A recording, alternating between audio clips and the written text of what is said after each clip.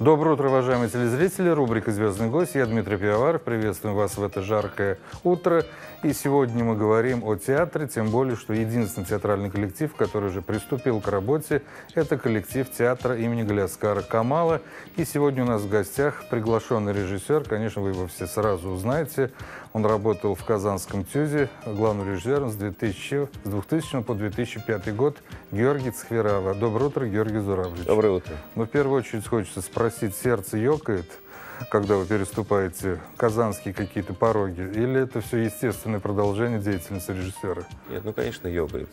Казань для меня очень дорогое место, потому что, во-первых, здесь какие-то счастливые годы творческие я провел.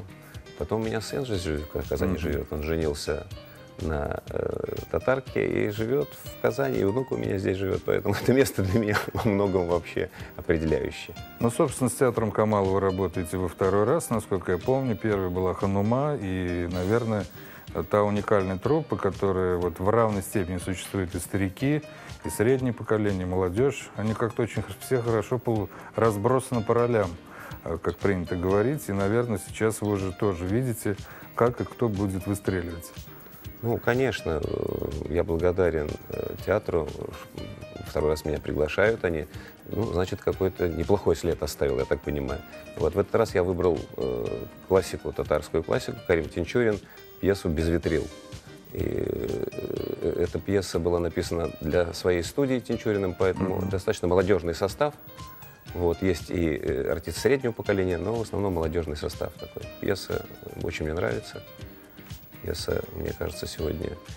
Вообще я в последнее время как-то стараюсь, чтобы понять сегодняшний день и будущее, заглядываю в прошлое. Поэтому последние мои премьеры у себя в театре: «Бег» Булгакова и «Мария» Бабеля про гражданскую войну. Ну и пьеса «Безветрил», она как раз охватывает события, происходящие с 10 по 26 год. Как режиссер, наверняка вы ощущаете особый прилив сил эмоций, когда слышите такую фразу: представление начинается или спектакль начинается.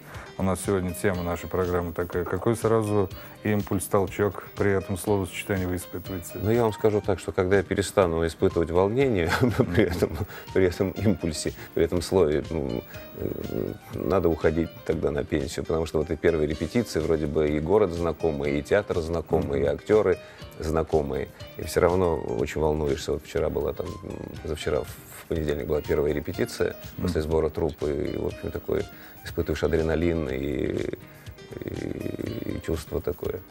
Оно, с одной стороны, светлое и хорошее, а с другой стороны, очень волнительное, потому что все равно как стоит ответственность большая, за тобой стоит большой коллектив. Вы приняли Казанский ТЮЗ после пожара в 2001 году, и с вашим приходом стали говорить о пришествии такого элитарного театра, когда Розенкранц и Гильденстерн были номинированы на «Золотую маску», и замечательный бенефис Ленина, «Швятой Белия демон», и «Дядя Ваня», и «Санта-Крус», и «Дембельский поезд».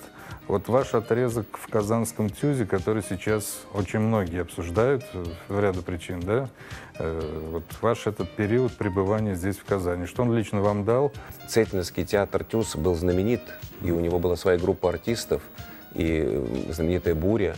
Да. Поэтому приходить было очень ответственно, и я был счастлив эти годы здесь, как могу честно сказать, потому что я и Волгу люблю, я волжанин вообще, несмотря на свою фамилию, я с Верховья Волги, поэтому и Волга мне нравится, я помню всю эту как бы волжскую рыбалку, и грибы. А разговоры о национальном театре, они вот, на ваш взгляд, влияют как-то на ход постановки?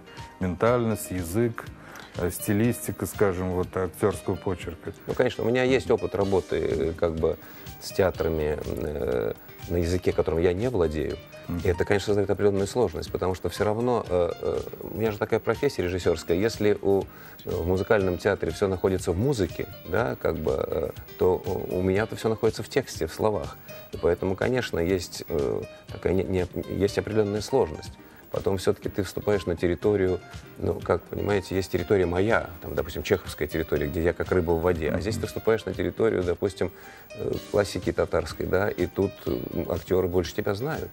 И как бы в театре больше тебя знают. И в этом есть как бы момент, конечно, такой. Приходится как можно больше готовиться. И все-таки рядом со мной есть люди, такие консультанты, которые помогают мне в этом вопросе, конечно. То есть МХАТовское ваше образование, оно дает еще больше ответственности. Ну, безусловно. У меня не МХАТовское образование, хотя я ГИТИС закончил у Марьи Иосифовны Кнебель, хотя, конечно, можно сказать МХАТовское, потому что Марья Иосифовна из МХАТа, Ну да. вот она чеховская, ученица Михаила Чехова и так далее. Да нет, ну просто я в родное место приехал, вот надо сразу отдать должное, потому что все-таки это место, во-первых, мы с Валерием Равкадовичем Бекчантаевым дружим, просто это близкий мне человек, и он тоже у Кнебель учился, и поэтому мы как бы понимаем друг друга, и когда здесь работал я в Казани, и мы очень дружили. Удачи, успехов, и, как говорится, представление начинается. Спасибо большое, заранее. спасибо за приглашение. Уважаемые телезрители, в гостях программы «Новое утро» сегодня побывал приглашенный режиссер театра имени Гляскара Камала, главный режиссер Академического Омского театра драмы Георгий Цхвирава. Наша программа продолжается. Немало интересных вам открытий.